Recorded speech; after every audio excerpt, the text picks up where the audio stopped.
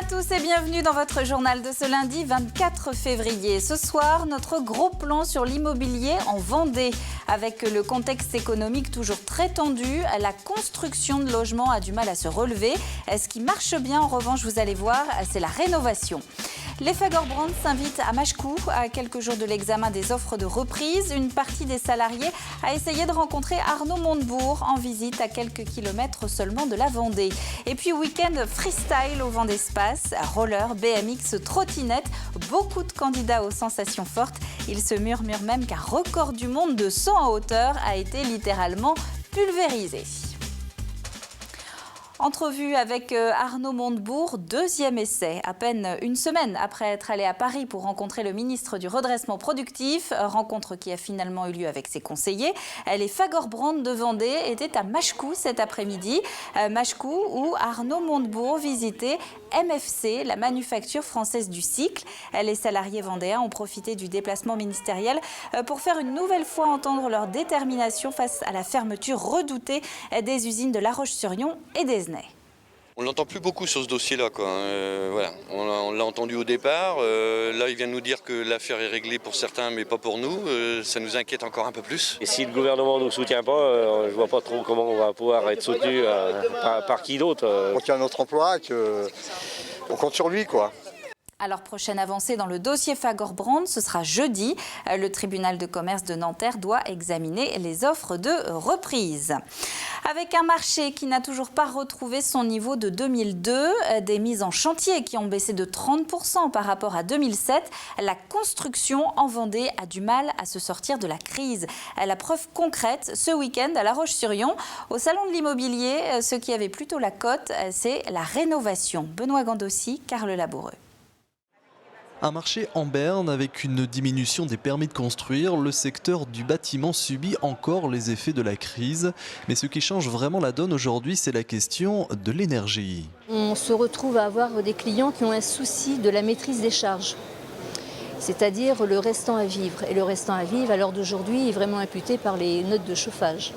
La nouvelle réglementation thermique RT 2012 contraint aujourd'hui les constructeurs à respecter des normes thermiques draconiennes, augmentant ainsi de 10 à 20% le prix des biens sur le marché du neuf. La RT 2012 nous a amené des coûts supplémentaires. Ceci dit, il faut bien mettre en parallèle le fait que nos maisons sont de plus en plus étanches à l'air et puis fort bien isolées, avec des consommations qui sont très réduites. Donc c'est vrai que le coût de la construction a quelque peu augmenté, mais en parallèle, on a des coûts de consommation qui sont nettement inférieurs et qui au global restent quand même très intéressantes. Pour l'acheteur, une alternative, le bâti ancien. Et avec les normes aujourd'hui, les nouvelles normes, les RT 2012 et tout ce que ça implique comme études thermiques, sismiques et tout ça, on s'est rendu compte que c'était beaucoup plus cher aujourd'hui de faire construire. Et la situation, on n'en a pas forcément le choix, tandis que d'aller sur une rénovation, on a peut-être le privilège de pouvoir choisir encore où est-ce qu'on veut se poser. Moins cher à l'achat, le bâti ancien ne répond pas bien souvent aux nouvelles normes thermiques, mais des aides à la rénovation existent et permettent ainsi à certains professionnels du bâtiment de tirer leur épingle du jeu. Vous avez un budget, le budget n'est pas extensible. Du jour au lendemain, on vous demande de rajouter 30 000 € que vous n'avez pas. Bon, tout compte fait, on va peut-être acheter du vieux, on va peut-être rénover ce que l'on a, on va peut-être agrandir. Les possibilités sont très diverses. Si les aides à la rénovation boostent le marché de l'ancien, celui de la construction neuve reste fragile, à l'image de la faible fréquentation ce week-end sur le salon de l'immobilier de La Roche-sur-Yon. 1800 personnes ont effectivement fait le déplacement sur le salon cette année. C'est un petit peu moins que l'année dernière. Sans réduire le mouvement uniquement à ces images, vous avez sûrement vu le centre-ville de Nantes samedi pendant et après la manifestation des opposants au projet d'aéroport de Notre-Dame-des-Landes. Un rassemblement qui a d'ailleurs réuni entre 20 et 50 000 personnes. Une forte mobilisation donc pour refuser la construction du nouvel aéroport au nord de la ville. Alors si les organisateurs retiennent surtout le succès de cette mobilisation, à gauche, Parti socialiste et écologiste condamnent aussi les débordements. Il n'y a aucune ambiguïté sur la position d'Europe Écologie Les Verts. Nous avons toujours appelé à des manifestations non violentes. Donc nous nous opposons à toute utilisation de la violence qui pour nous ne peut que desservir la cause qu'on défend en l'occurrence. C'est tant mieux, je dirais tant mieux. Voilà, mais ils ont aussi, je crois, à s'interroger sur la façon dont tout ça est organisé et puis sur les propos aussi qu'ils ont tenus avec les autres depuis des mois sur la construction de cet aéroport. Ici même, à La Roche-sur-Yon, au niveau des locaux du Parti socialiste, nous avons été souvent dégradés. J'ai dû porter plainte plusieurs fois aussi. Image de nos confrères de Télé-Nantes présents sur place toute la journée de samedi. Au final, 14 manifestants ont été interpellés, dont 2 mis hors de cause. 5 personnes devaient passer en comparution immédiate aujourd'hui. Les 7 autres seront convoquées ultérieurement. Retenez bien ce nom, Brice Guyot. Karl vous en parlait jeudi dernier. Joël Limousin passe la main et c'est donc Brice Guyot, agriculteur du côté de Torigny, qui devient le nouveau président de la FDSEA, le syndicat agricole majoritaire dans le département. Fils de Luc Guyot, ancien président de la Chambre d'agriculture et de la FAO, il a été élu cet après-midi pour un mandat de 3 ans. Éric Coutan devient son secrétaire général. Dans les 6 prochains mois, nous allons surtout communiquer sur notre métier, tout l'emploi qui en découle et savoir toute l'énergie qu'on peut réussir comme pari avec ce métier, c'est se dire demain, la crise économique, on peut relever ce défi grâce à l'agriculture. En faisant voir à tous les emplois induits qui sont sur notre département et en France. C'est un petit pincement, bien évidemment, ou un gros pincement. Depuis 17 ans, avoir eu cette responsabilité au niveau de ce département, ça a été très enrichissant, bien évidemment. J'ai été plutôt un capitaine d'équipe, on va dire ça comme ça. J'ai eu la chance d'avoir des gens qui étaient prêts à prendre des responsabilités et ça a été un vrai plaisir avec un réseau local très dynamique. Mais à un moment donné, il faut savoir passer la main au bout de 17 ans et surtout d'avoir une équipe de jeunes de 35-40 ans qui sont là, plein de dynamisme, qui ont une autre vision et je crois que c'était le moment de le faire. Si la moisson de médailles au JO de Sotchi est terminée, celle au concours général agricole, elle, commence. Le concours général agricole, c'est un des temps forts du Salon de l'agriculture. Le vin, la viande, les produits du terroir sont examinés à la loupe. Alors pour l'instant, la Vendée totalise 16 médailles, dont 4 en or, 3 pour les vins et 1 pour les poulets. Et puisqu'on parle de bons produits, un mot du guide Michelin 2014. Son palmarès est sorti ce midi. En Vendée, Jean-Marc Perrochon décroche la première étoile pour les Brisants, son restaurant de Bretignolles-sur-Mer. Thierry Drapeau à Saint-Sulpice-le-Verdon et la Marine à Noirmoutier-en-l'Île affiche toujours 2 étoiles. Et puis le Cayola au Château d'Olonne conserve également son étoile. Aux Herbiers, il était question d'emploi en fin de semaine dernière. Un forum entreprises et métiers du pays des Herbiers était organisé par la communauté de communes. Une centaine d'exposants a participé à cette 2e édition. Les Herbiers, un territoire où le chômage atteint à peine les 6%, ce qui attire évidemment les chercheurs d'emploi. Je pense que c'est un secteur où il y a pas mal d'activités. Et on est tous à la recherche d'un emploi, on va dire. Au niveau kilométrage, je suis tout près de chez moi. Et de 2, après, le boulot ici, je sais qu'il y en a pas mal par rapport à chez nous, au plus près de chez moi, dont à Chantenay. C'est pas une grande activité, on va dire. Photo de famille samedi pour les partisans d'une commune unique aux Olonnes. L'association Horizon Pays d'Olonne voulait donner un visage et immortaliser sa mission en faveur d'une fusion des Sables d'Olonne, d'Olonne-sur-Mer et du Château d'Olonne. Elle avait donc invité le plus grand nombre à se réunir sur la plage de la Paracou. On ne peut plus être gouverné quartier par quartier dans ce Pays d'Olonne. Donc le message est très simple. Donnez-nous vite un calendrier. Interrogez-nous vite sur un référendum pour que la population choisisse son destin. Pourquoi ça marcherait aujourd'hui? Parce que la tendance nationale, la crise aide. Il faut aujourd'hui, pour passer cette crise qui est de plus en plus difficile, il faut se rassembler. C'est lundi, on passe donc maintenant au sport avec notamment le retour du soleil qui a permis le retour des footballeurs sur les pelouses de Vendée. Anthony Jamin revient également ce soir sur le basket et les 2 dernières étapes du circuit des plages vendéennes. Après une série de défaites, les Luçonnais maillot rouge renouent avec la victoire ce week-end face à la lanterne rouge Uzès Pont du Gard. Ouverture du score dès la 9e minute de jeu. 20 minutes plus tard, Uzès égalise par Barcala sur ce centre. 34e minute, Luçon bénéficie d'un penalty, duel remporté en 2 temps, 2-1 pour Luçon.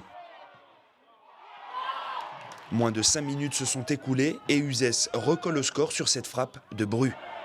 La seconde période n'est commencée que depuis 5 minutes et les hommes de Frédéric Reculot inscrivent le but libérateur grâce à Delanoë. Score final 3-2 pour Luçon qui reste toujours en position de relégable. Cyclisme. La 28e édition du circuit des plages vendéennes vient d'être remportée par Camille Tominé du CM Aubervilliers Big Mat 93. 3 jours plus tôt, il remportait l'étape de Chantonnay et ses 209 km. Dimanche, à Saint-Jean-de-Mont, dernière étape, et c'est Maxime Pinel, coéquipier de Camille Tominé, qui s'est imposé après les 140 km de course. Il est suivi de près par Julien Maurice du Vendée U. Julien Maurice qui monte d'ailleurs sur la 3e marche du podium au classement général. Match à domicile sans grande difficulté pour les joueuses de Manu Body en Ligue 2 féminine basket.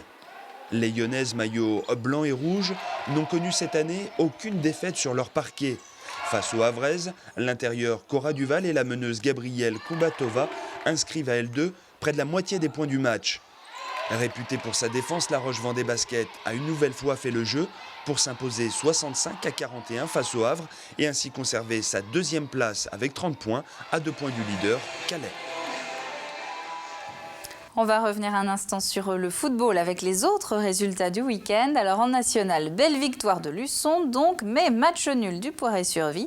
Et puis en CFA, victoire à domicile des Herbiers, mais défaite des Fontenaisiens en Bretagne. Nouvelle mobilisation du cœur ce week-end à La Roche-sur-Yon. L'association Sans Différence 1000 Espérances organisait un concours de danse au bénéfice de Sandy, un jeune homme atteint de sclérose en plaques. Une 2e édition pour renouveler les fonds nécessaires au financement de son quotidien. Notre but, c'est de créer des événements pour pouvoir obtenir des fonds et pour pouvoir lui financer un fauteuil roulant, l'aider dans son quotidien, des besoins matériels. Il a fait construire une maison, on a adapté sa maison à son mode de vie. Tout ce qui est pour les équipements et tout ça, ça m'a beaucoup aidé. J'avoue que là, dernièrement, ils ont acheté les barres pour les toilettes, la salle de bain. C'est des aides particulières. 41 dossiers ont donc été enregistrés pour ce concours. Le gagnant, c'est le Vendéen Gaspard avec son solo contemporain. Et puis Sandra et Claudio, le danseur en fauteuil dont on vous parlait en fin de semaine dernière, ont passé la barre des demi-finales. Ils ont reçu un diplôme d'encouragement. Un record à présent, un record du monde décroché ce week-end au Vendespace à l'occasion du Vendée Freestyle Session. Romain Godner a réalisé le saut en hauteur le plus haut jamais obtenu en roller, une sorte de Renaud Lavillenie urbain, 5,40 m avalé samedi soir. Le précédent record était quasiment 1 mètre plus bas à 4,60 m. Je pensais pas passer aussi haut au début parce que c'est vrai que je suis fatigué, que j'ai fait le show, mais bon, je l'ai senti, on m'a donné confiance, on m'a dit que je pouvais le faire, donc j'ai fait 5 mètres, 5 mètres 20, validé à 5,40 m. Je me suis dit bon, pour le public on va monter encore, mais malheureusement j'étais un peu trop fatigué, donc j'ai eu le droit à 3 essais, mais j'ai loupé les 3 essais, mais c'est vrai que je suis vraiment content à part ça. Un record donc réalisé dans le cadre du Vendée Freestyle Session. 2 jours de sport urbain au Vendespace avec en marge des 2 spectacles d'exhibition des initiations pour les plus téméraires. Grégoire de Châtillon. D'abord dans la grande salle, les qualifications roller et BMX. Les meilleurs talents étaient là pour faire le spectacle, ambiance assurée. Ça a l'air super sympa, je vais aller voir aussi de l'autre côté, il y a des démonstrations d'escalade. Ah, c'est super, ce qu'ils font c'est impressionnant. Juste à côté, dans la salle sportive, là pour le coup on peut participer. Alors on s'en donne à cœur joie en s'initiant à l'escalade, au roller ou même en réalisant un saut ou en tentant de trouver son équilibre. C'est plus facile avec l'aide de maman. Sur place, on peut aussi rencontrer les meilleurs représentants de chaque discipline en pause dédicace. Écoutez, je suis vraiment content d'être là, c'est vraiment une super journée, c'est rare qu'une région et même une ville se bouge pour faire ce genre d'événement. Et là, ils se sont bougés, ils ont fait ça bien. Déjà, le Vendespace, c'est vraiment un super bel espace. Et en plus, l'événement est très bien, les rampes sont exceptionnellement bien, très grandes. On a peu l'habitude de rouler des rampes aussi grosses que ça. Donc c'est vraiment un plaisir d'être là ce week-end.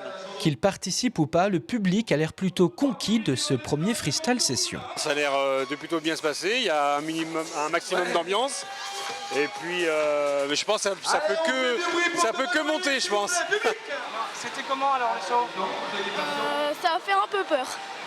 Du roller au BMX en passant par la trottinette, ce week-end, le Vendée Space a offert à son public non seulement de la découverte, mais aussi une bonne dose de sensations fortes. Allez, beaucoup plus calmement, on va ouvrir l'agenda de la semaine maintenant et on commence dès demain avec la journée de la Vendée au Salon de l'Agriculture. Alors c'est un peu une tradition, le département sera mis à l'honneur dans les allées avec notamment l'accent sur les produits et les animaux vendéens. Mercredi, eh bien, le retour de Chloé Trespeuch en Vendée. Chloé, c'est cette sportive qui a reçu la semaine dernière la médaille olympique en snowboard cross. Elle revient donc dans sa ville natale pour une réception donnée en son honneur. Jeudi, le tribunal de commerce de Nanterre examine les offres de reprise de Fagor-Brandt. Une étape supplémentaire, on l'a vu tout à l'heure, dans le devenir des sites de La Roche-sur-Yon et d'Esnay. Vendredi, début du championnat de France de tennis de table. Là, ça se passe à nouveau au Vendée Space avec, notez-le dimanche, la retransmission des matchs sur TV Vendée. On aura l'occasion d'en reparler. Et puis vendredi, toujours, eh bien, début des vacances d'hiver pour les petits Vendéens. Enfin dimanche, inauguration du mémorial en hommage aux victimes de Xynthia. Et ça se passera évidemment à La Faute-sur-Mer. Avant de passer à la météo, un mot de Talmont-Saint-Hilaire. La commune lance un appel aux bénévoles cette semaine. De nouvelles galettes d'hydrocarbures ont été rejetées sur la plage ce week-end. Il faut donc les ramasser au plus vite. Opération de nettoyage jusqu'à vendredi inclus. Information auprès de la mairie. Le temps de ce mardi avant de se quitter. Alors il fallait profiter du soleil de ce lundi parce que ça ne va pas durer. Regardez. Quelques pluies résiduelles demain matin, des percées lumineuses l'après-midi et puis même si ça n'aura pas grand-chose à voir avec le beau temps d'aujourd'hui. Tout ça, ça fait bafouiller. Le bulletin complet, c'est dans un instant avec Armelle Pavageau. C'est la fin de ce journal. Merci à vous de l'avoir suivi. On se retrouve évidemment demain, même heure, pour le prochain point sur l'actu vendéenne. D'ici là, très bonne soirée à vous tous sur TV Vendée et à demain.